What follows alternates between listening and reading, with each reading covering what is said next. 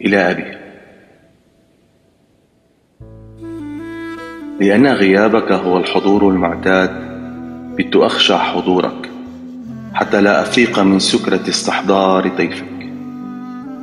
هناك على الجدران بقايا من ساعة موشومة بالأنا، ثوانيها دقات قلب يقرع في صمت العمر، وحفيف الانتظار حولها وحولي يجعلنا أشبه بأشباح تستحضر روح حضور ما عاد هنا.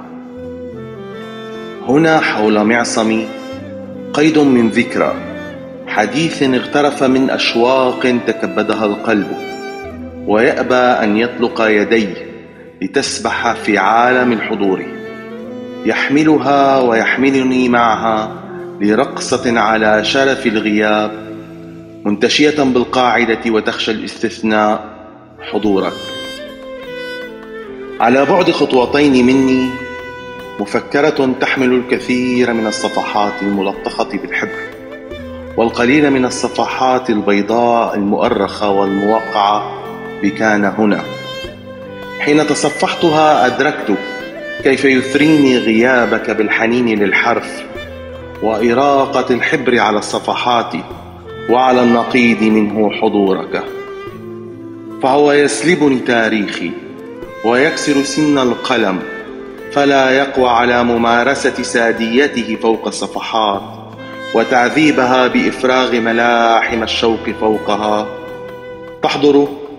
تحضر يا أبي فيتوقف كل شيء حتى النبض. تحضر فأدنو بقلمي لأملأه بحبر يعينني على غيابك، على خط رسائل الحنين إليك، فيسقط القلم من يدي لينبهني أني هنا وحدي، مع تلك الساعة على الجدران، وذاك القيد في معصمي، وتلك المفكرة ذاتها، فأفتح منها صفحة جديدة وألطخها بحرف جديد مهللا: حي على الغياب، حي على الغياب، حي على الغياب.